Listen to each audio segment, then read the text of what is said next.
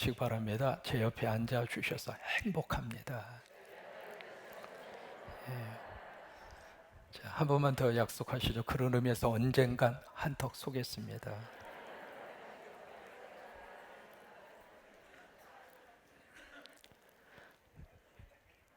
이렇게 여러분 예배에 오시니까 행복하죠. 그래요. 어떤 일이 있어도 저와 여러분이 예배의 자리를 끝까지 지켜가셔서 우리가 의지하고 믿고 사랑할 수 있는 대상은 하나님밖에 없습니다. 세상은 끊임없이 요동치고 있잖아요. 우리 장로님 기도하신 대로 뭐 여기도 문제, 저기도 문제 아닌 것이 한두 가지가 아니에요. 근데 그 속에서 우리의 빛이 되시고 우리의 희망이 되시고 우리가 의지할 수 있는 아빠, 아버지가 되시는 분은 하나님이세요. 근데 예배하면서 오늘 그 하나님의 품에 꼭 안기셔서 여러분 위로 받으시고 하나님의 복도 받으시고 하나님이 주시는 거룩한 능력도 받으셔서 또 한 주간의 삶을 믿음으로 다 승리하고 살아갈 수 있게 되기를 축복합니다. 오늘 설교의 제목을 바로 열기에 어떻게 하라? 사로잡여라. 우리가 뭔가 사로잡혀 사는데 다른 것에 우리가 사로잡혀서 살지 말고, 왜냐하면 엉뚱한 것에 사람이 사로잡히면 가정도 풍지박산이 되고요. 그런 경우를 참 많이 봤습니다. LA 지역에 세탁소를 하시는 분인데 이분이 라스베가스에 도박에 사로잡혔습니다. 그래서 이분이 주급을 이렇게 받으시는데 일주일에 한 번씩 체크로 월급을 받으시는데 그 월급을 받자마자 어디로 가냐면 라스베가스로 가셔요. 가서 뭐 하려고? 가서 헌금하고 오려고. 그래서 이분이 거기에 사로잡혀서 사는데 이게요 보통 사로잡혀서 사는 정도가 아니라 도가 지나쳤어요. 뭐 할 수도 있겠죠. 근데 어느 정도 해야 되지?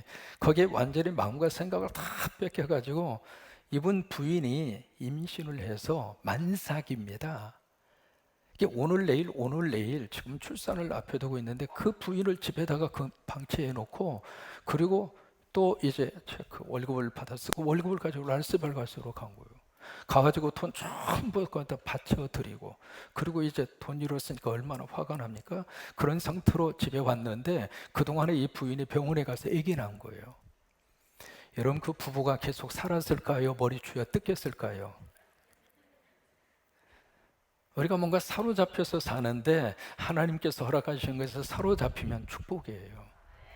그러니까 다른 것에 사로잡히지 말고 세상에 사로잡히지 말고 엉뚱한 것에 사로잡히지 말고 아멘 좀 해주세요. 내가 복 받는 것에 사로잡히고 하나님의 어떤 역사하심에 사로잡히고 근데 오늘 여기 다른 것에 사로잡히지 말고 열기에 사로잡혀라. 이 열기가 바로 무슨 말이냐면 두 가지의 뜻입니다. 첫째로 바로 뭐냐면 열성 또 열정 열정에 사로잡히고 또 하나 기도에 사로잡혀라 그 말이에요. 이것을 줄이면 열기가 됩니다. 한번 해보시죠. 열정에 사로잡히고 열정하면 열정에 사로잡히지가 않아요. 주주목을 주고 열정에 사로잡히고 그래야 열정에 사로잡힙니다. 열정에 사로잡히고 그보다 조금 더 하셔야 열정에 사로잡힙니다. 열정에 사로잡히고 예, 기도에 사로잡히고 나무를 심은 사람이라고 하는 단편 소설이 있습니다. 프랑스의 작가 장 지오노라고 하는 작가가 쓴 1953년도에 출판이 됐으니까 굉장히 오래됐죠. 근데 저 책이 어느 정도 유명하냐면 초등학교 5학년 교과서에 나옵니다. 그 정도로 유명한 그런 소설인데 그 이제 배경이 어디냐면 프랑스의 프로방스라고 하는 그 지역의 알프스 산간지대에서 있었던 하나의 스토리입니다. 거기에 주인공으로 등장하는 사람이 나이 많이 드신 노인이에요. 그 노인이 어느 날 그 지역에 숲이 우거지고 그리고 참 살기 좋은 풍요로운 그런 그 마을과 그 도시가 어느 날 갑자기 그 도시가 황폐해지는 거예요. 이게 황폐해지니까 살던 사람도 떠나고 그리고 거기에 살고 있었던 짐승도 전부 다 뿔뿔이 다 흩어지고 그래서 황량하게 이를 데 없는 그 땅으로 변해버리고 만 거예요. 그래서 도대체 우리 이 마을, 이 땅이 왜 이렇게 됐는가 원인을 분석을 해보니까 나무를 너무 많이 벌목을 해버린 거예요. 그래서 나무가 더 없어지고 나니까 숲이 사라지고, 숲이 사라지니까 짐승도 사라지고, 짐승도 사라지니까 사람도 살 수가 없고, 그래서 이분이 결정을 하고 결심을 합니다. 나무를 심자. 그때부터 이분이 나무를 심는 비전에 사로잡혀서 몇 년 동안 나무를 심었느냐면 40년 심었습니다. 40년 동안에 그분이 심은 나무가 10만 그루를 심었어요. 그래서 누가 보든지 말든지 누가 인정을 해주든지 안 해주든지 그 전혀 상관하지 않고 해요. 사람은 뭔가 사로잡히면 거기에 몰두하게 되어져 있습니다. 근데 그분은 너무 좋은 생산적인 그 일에 사로잡힌 거죠. 그래서 오늘도 심고 내일도 심고 계속해서, 처음에 나무를 심었을 때에는 그게 눈에 띄지도 않잖아요. 별로 크지도 않고, 그 숲 자체가 갑자기 그 다음 날 확 바꿔지고 그런 것도 아니잖아요. 그래도 이분이 그 비전에 그냥 사로잡혀서 계속 나무를 심어서 40년 동안 나무를 심고 났더니 기적이 나타난 거예요. 푸른 숲이 다시 조성이 됐고요. 숲이 만들어지니까 새들이 날라왔죠. 그러니까 짐승들이 왔죠. 그리고 사람들이 와서 살기 시작한 거예요. 그러다 보니까 애기들의 웃음소리가 들리면서 너무 좋은 땅으로 바꿔진 거예요. 한 사람이 나무를 심겠다고 하는 그 비전과 그 꿈에 사로잡혀서 사로잡힌 자기의 꿈과 비전대로 한 그루, 두 그루 나무를 계속 심었더니 그런 결과가 나오다라는 거예요. 여러분, 오늘 성경에서 짧은 본문의 말씀을 읽었습니다마는 오늘 성경에서 저는 그것을 느끼게 돼요. 여기에 주인공이 지금 바울이잖아요. 바울이라고 하는 하나님의 사람이 어떻게 이 땅에서 예수 믿고 십자가를 세우고 교회를 세우고 선교를 하고, 그것은 바울 한 사람의 몫이 아니거든요. 예수 믿는 모든 성도들과 특별히 70주년을 맞이하는 우리 교회가 하나님으로부터 받은 비전과 사명이 그겁니다. 세상 끝날까지 바로 예수 그리스도 안에서 모든 족속을 내 제자로 삼아, 그게 바로 뭐예요? 십자가 세우고 선교하고 전도하는 거잖아요. 그 사명을 받은 이 바울이 어떻게 그의 인생을 살아냈는가, 그것을 우리에게 참 보여주는 이 짧은 성경의 구절을 통해서 제 마음속에, 야, 바울은 열정에 사로잡혔고, 그냥 열정이 아니라 하면 하고 안 하면 안 하고 그런 삶의 모습이 아니라 그게 온 힘을 다 쏟아 바쳐서 말 그대로 올인한 거죠. 그래서 열정에 사로잡혀서 사도 바울이 살았구나. 저는 이 본문을 묵상하고 읽으면서 남은 내 인생도 그렇게 살았으면 좋겠다. 우리 모든 성도들이 하루하루를 살아내는 것이 쉽지는 않지만 기본적으로 생활해야 되고 먹고 살아야 되고 자식 뒷바라지 해야 되고, 그렇죠, 해야 되죠. 그걸 하면서 또 하나 우리 속에 매일매일 하나님이 주시는 열정으로 내 인생을, 내일을 기대하고 또 기대하고 산다면, 그렇게 살다가 천국 가면 행복하지 않겠는가? 그러니까 매일 하루하루의 시작을 하면서 어제 같은 오늘, 오늘 같은 내일, 그날이 그날이고, 그래서 그런 마음으로 별 마음의 감정도, 마음의 어떤 설레임도, 마음속에 약간의 흥분도 없이 매일매일을 살다가 이 세상 떠나 가는 것이 아니라, 오늘 이 메시지가, 오늘 이 말씀을 함께 저와 여러분이 나누면서 바울에게 있었던 그 열정, 아멘, 그 열정에 사로잡혀 살게 하여 주시옵소서. 그 마음이 가슴 속에서 막 풀리듯이 일어나는 거예요. 목사님, 내가 지금 열정에 사로잡힐 그런 상황입니까 지금? 여러분, 어떤 상황이든지 오늘 바울에게 있었던 이 열정에 사로잡히는 인생이 우리의 인생이 될 수 있게 되기를 축복합니다. 또 하나, 바울 속에 그를 사로잡고 있는 것이 뭐냐면 기도였습니다. 단순히 잠깐 기도하고 끝나는 그 기도가 아니라 바울에게 있어서는 어느 한 지역에서 십자가 세우고 거기에 복음을 전할 때 십자가를 세우고 복음을 전하는 모든 것들 속에 그를 이끌어가는 그 인생의 엔진이 무엇이었는가? 기도였습니다. 여러분, 차 타고 오셨잖아요. 여러분이 차 끌고 오셨어요? 운전하고 오셨잖아요. 운전할 때 뭐가 돌아갔습니까? 엔진이 돌아갔죠. 그럼 누구 힘으로 왔습니까? 엔진 힘으로 온 거죠. 내 삶의 엔진이 무엇일까? 기도라고 하는 거예요.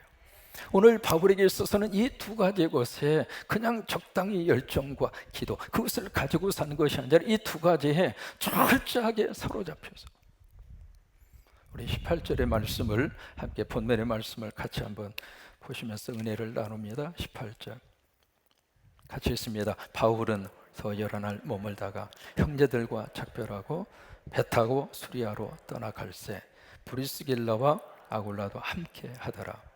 바울이 일찍이 서원이 있었으므로 갱그리아에서 머리를 깎더라. 지금 고린도에서 갱그리아 항구를 통해서 에게해라고 하는 바다를 건너 에베소로 갑니다. 에베소로 떠나기 전에 갱그리아라고 하는 이 항구, 지금도 여러분 그 그리스 그 지역에 가면 그 당시에 갱그리아 항구, 잠깐 항공사진으로 찍은 사진이거든요. 그 사진을 보시면 건물이 안 보입니다. 이 지진으로 인해서 완전히 수몰됐어요. 그래서 물속에 좀 가라앉아 있거든요. 여러분 이렇게 자세히 보시면 희미한 건물 자국을 좀 보실 수 있을 거예요. 그게 바로 갱그리아 항구였습니다. 저 항구가 바로 에게해라고 하는 바다를 건너서 아시아 지역으로 출입할 수 있는 유일한 항구입니다. 그래서 고린도에서 이 에게해 건너 아시아 지역으로 가려면 반드시 갱그리아 항구를 통해서 배를 타고 떠나야 돼요. 근데 그 갱그리아 항구에서 떠나기 전에 바울이 뭘 했는가? 머리를 잘랐어요. 이 머리를 왜 잘랐을까? 그 앞에 설명을 하고 있습니다. 그 전에 뭐가 있었느냐면 서원을 했어요. 무슨 서원을 했느냐면 나실인 서원을 한 겁니다. 나실인 서원이라고 하는 것은 하나님 앞에 기도하는 가운데, 하나님, 내가 내 삶을 하나님 앞에 온전히 드리겠습니다. 그래서 나실인이라고 하는 단어의 뜻은 구별이라고 하는 뜻이에요. 그래서 나를 구별해서 세상과 정반대로 하나님만을 위해서 시간과 내 몸과 내 모든 것을 바치겠습니다. 그 서약을 하는 것이 나실인 서약이에요. 근데 그 서약은 남자든 여자든 누구든지 할 수 있습니다. 기도하다가 하나님 앞에 헌신하겠습니다. 그래서 일생을, 자신의 삶을 하나님 앞에 바쳐서 산 사람들이 있습니다. 대표적인 사람이 구약의 사무엘 그리고 삼손입니다. 그리고 신약으로 와서 보시면 세례 요한입니다. 그리고 이 나실인 서약은 일생을 그렇게 살겠습니다. 서약하는 경우도 있지만은 한 달 30일 서약하기도 하고, 2달 60일 서약하기도 하고, 아니면 100일 서약하기도 하고, 각자마다 자기가 선택을 해요. 그렇게 해서 서약을 해서 하나님을 위해서 내가 이 시간을 바쳐서 그렇게 나시는 일으로 살겠습니다. 서약을 하면 민수기 6장에 3가지를 지킵니다. 첫째로 독주와 포도주를 마시지 않습니다. 그걸 입에 대지 않아요. 2번째, 시체를 가까이 하지 않습니다. 그리고 3번째, 머리에 삭도를 대지 않습니다. 그래서 머리를 길게 기르는 거예요. 지금 바울이 지금 이 고린도 지역에서 그렇게 나시는 서원을 한 겁니다. 그가 왜 서원을 했을까? 여러분, 낯선 지역에 가서 교회 세우고 전도하고, 여러분 그게 쉬운 일이 아닙니다. 그동안에 얼마나 많은 어려움이 있었어요. 여러분, 고난과 고통도 있었고 성령의 역사도 있었고, 그러면서도 그것을 뚫고 나갈 수 있는 것은 바로 이 바울에게 있어서 그가 하나님 앞에 서원하면서 그가 뭘 붙들었는가? 기도를 붙든 거예요. 바울은 기도에 사로잡혀서 살았습니다. 데살로니가전서 5장 16절로 18절, 여러분 잘 기억하시는 말씀 같이 한번 읽습니다. 항상 기뻐하라, 쉬지 말고 기도하라, 범사에 감사하라. 이것이 그리스도 예수 안에서 너희를 향하신 하나님의 뜻이니라. 여기에 이것이 그 앞에 영어로 for라고 하는 단어를 써서 읽으시면 훨씬 더 의미가 더 깊습니다. 원문을 보시면 이 단어가 들어가 있습니다. 다시 한번 띄워줘 보세요. 항상 기뻐하라, 쉬지 말고 기도하라, 범사에 감사하라. 왜냐하면, 그게 이제 그 앞에 이것이라고 하는 그 앞에 그게 원문에 딱 들어가 있어요. 왜냐하면 이것이 그리스도 예수 안에서 누구를 향하신? 나를 향하신 하나님의 뜻이라 이 말이에요. 그러니까 하나님의 뜻이기 때문에 항상 기뻐하고 살라 그 말이에요. 기뻐할 일이 없는데 어떻게 항상 기뻐합니까? 그러면 하나님 말씀에 아멘하지 않으시겠어요? 아니잖아요.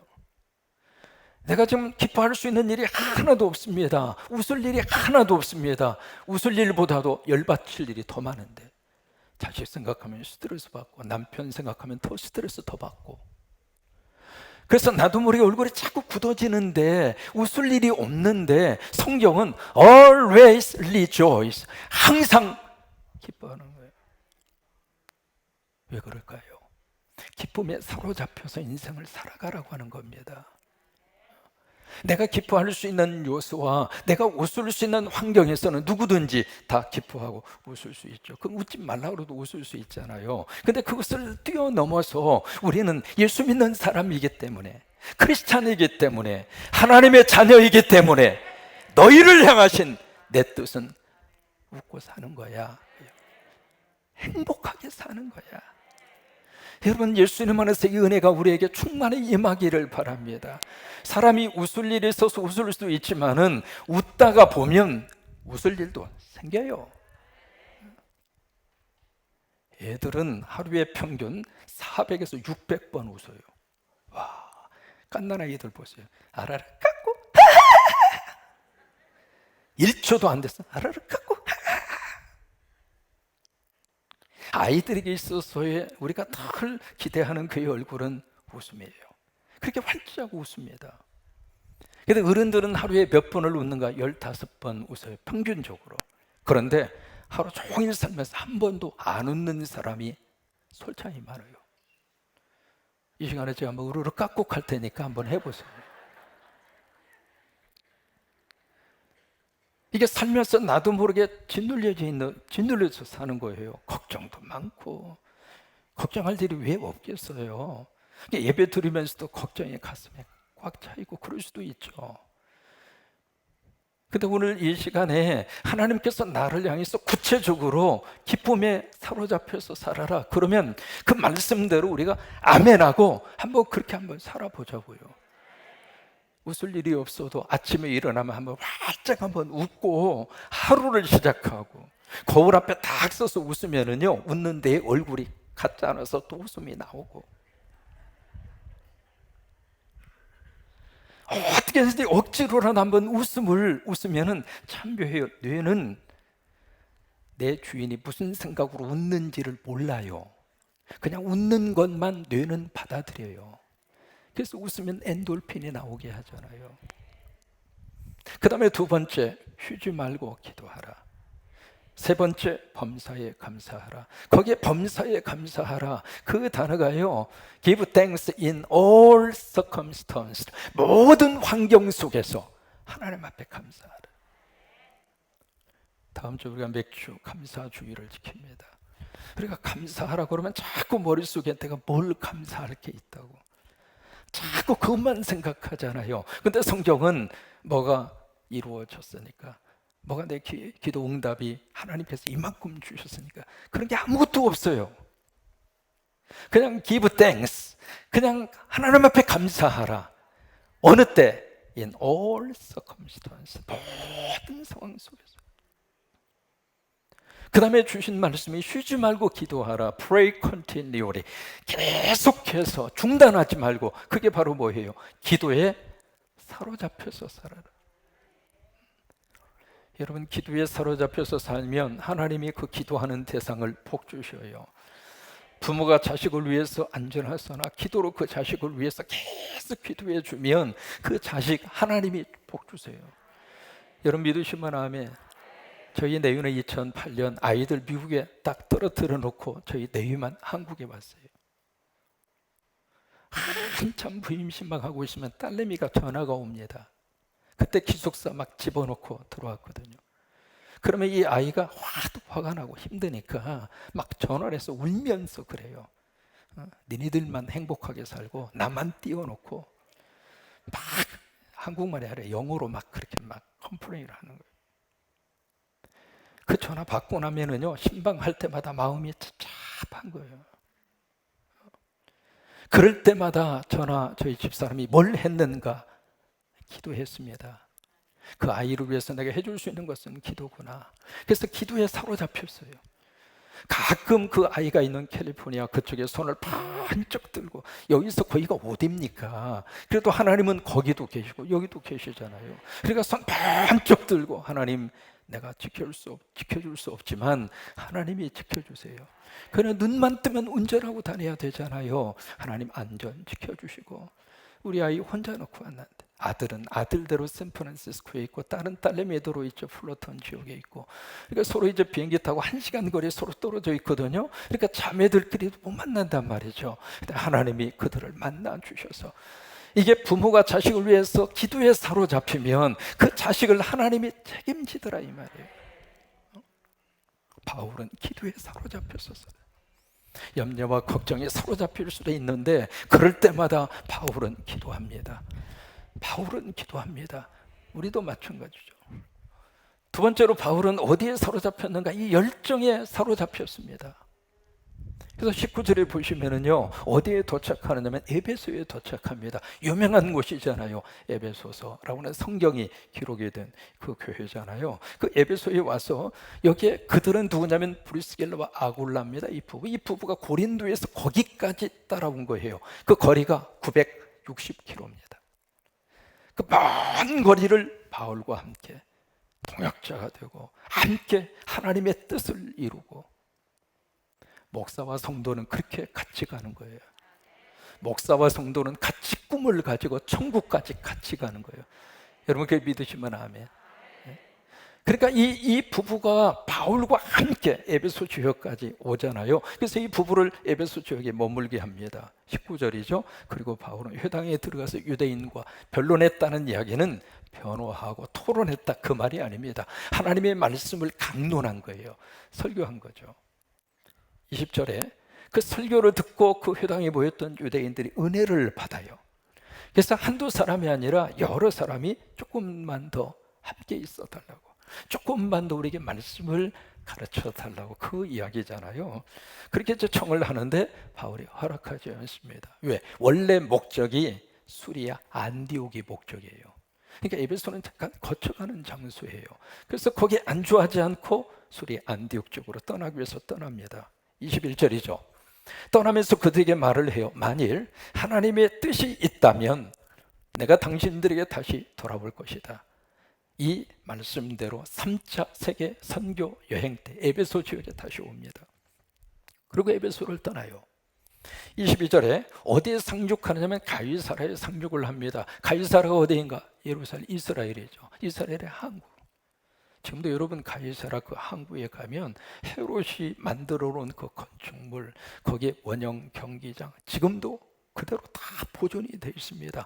가이사라가 이스라엘의 가장 중요한 항구예요. 그 항구로 바로 이 바울이 들어옵니다. 들어와서 22절에 올라갑니다. 올라갔다. 어디로 올라갔을까? 예루살렘으로 간 거죠. 수도이기 때문에.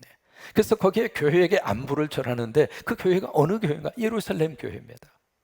그래서 예루살렘 교회에서 안부를 전하, 무슨 얘기냐면 예루살렘 교회 가서 아유 안녕하셨어요 인사했다, 그 말이 아니라 예루살렘 교회에 가서 그동안에 있었던 선교 현장에서의 선교 보고를 그들에게 한 거예요. 그리고 어디로 갔는가? 수리아 안디옥으로 갑니다. 왜? 바울을 선교사로 파송해 준 교회입니다. 파송을 해주고 이 선교사를 위해서 기도해주고 물질로 후원해주고, 오늘 사랑하는데 이분 예수 같은 이로 갑니다.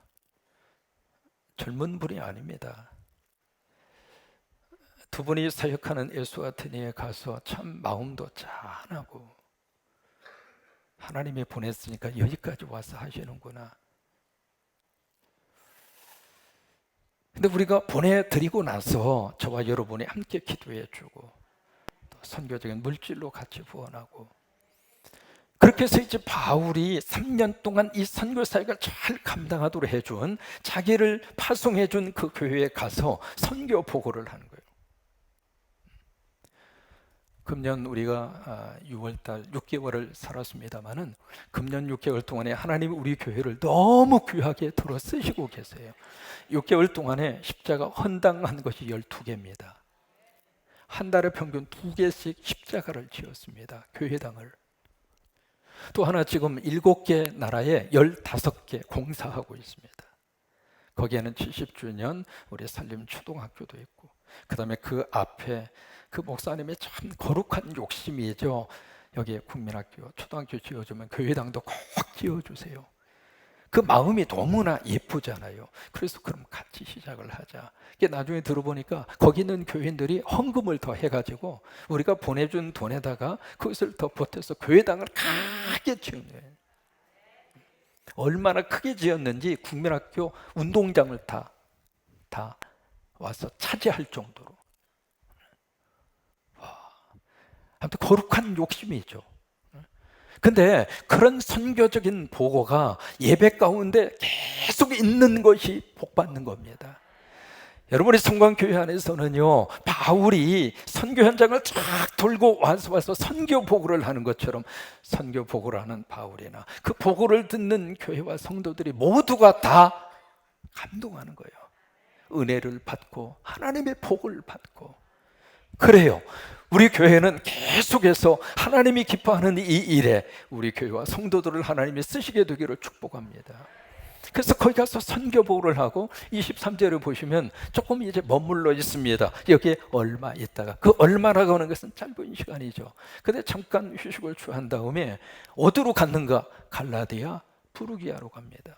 여러분 갈라디아서라고 하는 성경 기억하시죠? 그 갈라디아 그리고 부르기아 그 지역으로 가서 뭘 했는가? 거기에 신방을 다니는 거예요. 왜냐하면 1차, 2차 세계 선교 여정을 통해서 세운 교회가 있고 개척한 교회가 있고 성도가 있단 말이죠. 그쪽을 쭉 신방을 하면서 모든 재단을 어떻게 했는가? 굳건하게 하니라. 굳건하게 했다는 이야기는 격려했다 그 말이에요. 그래서 예수 믿는 그 제자들 한 사람 한 사람을 격려하고 세워주고. 여러분, 교회는 그래야 축복입니다. 새로 오는 분들 격려하시고 축복하시기 바랍니다. 그게 아멘. 옛날부터 지내던 분들은 악수 안 하셔도 서로 알아요. 처음으로 우리 교회 오셔서 여기서 뿌리내로 신앙생활을 하시고 하는 분들을 꼭 여러분들이 격려하시고 손잡고 참 잘 오셨다고, 우리와 함께 신앙생활을 행복하게 하자고. 왜 아멘이 작아요? 그게 하나님의 축복이에요. 그렇게 하면서 쭉 다니면서 이것이 바로 3차 산림 선교 여정의 시작입니다. 우리가 이것을 쭉 보면서 뭘 느끼는가? 한 사람이 가지고 있는 열정, 이 열정이 이렇게까지 대단할 수 있는 거예요. 우리의 남은 인생이 열정에 사로잡혀서 그날이 그날같이 그렇게 오늘은 내가 하루 어떻게 소일하고 내가 어떻게 시간을 보낼까, 그것을 우리가 염려하고 걱정하고 끝내는 것이 아니라 오늘 하루를 하나님이 내 인생 가운데 어떻게 역사하실까, 나로 하여금 기도하게 하시고 나로 하여금 하나님 앞에 헌신하게 하시고 나로 하여금 하나님의 거룩한 일을 위해서 이 일을 하나님이 축복하시기를 원하고, 그런 꿈을 가지고 저와 여러분 모두가 열정에 사로잡혀서 남은 인생 살다가 예배드리다가 하나님이 오라 하면 아멘 하고 눈 떠보니까 천국이고 눈 떠보니까 예수님이 앞에 딱 계셔서 착하고 신실한 종아, 세상에 살면서 믿음 지키고 예배의 자리를 지켜준 너를 내가 축복하노라. 그래요. 열정에 사로잡혀 시작하면서 나무를 심은 사람에 대한 이야기로 시작했습니다. 장지원호. 그 사람이 처음 나무 한 그루 두 그루 심을 때마다 뭘 생각했을까? 그 하나하나의 나무를 심어가면서 그 나무의 미래를 그는 보았습니다. 그리고 자기의 열정을 중단하지 않았습니다. 그래요. 우리도 기도의 나무를 한 그루 한 그루 심습니다. 하나님 앞에 믿음의 나무를 한 그루 한 그루 심습니다. 하나님 앞에 헌신의 나무를 한 그루 한 그루 심습니다. 우리는 먼 미래를 봅니다. 울창한 숲이 이루어져서 거기에 새들이 깃들고 사람들이 몰려와서 거기서 살맛 나는 세상이 이루어지리라고 하는 것을 우리가 꿈꾸면서 주여 나도 열정에 사로잡혀 살게 하옵소서. 아멘. 내 나이가 몇 살인데 그거 우리 이야기하지 마십시다. 여러분 나이가 어때서? 나이를 핑계대지 말고 내 환경과 여건을 통해서 내가 안 한다고 하는 것을 합리화시키지 말고 주여 오늘 하루를 열정과 기도에 사로잡혀서 예수 안에서 날마다 기대하고 살게 하옵소서. 여러분 그 은혜가 넘치시게 되기를 주의 이름으로 축원합니다.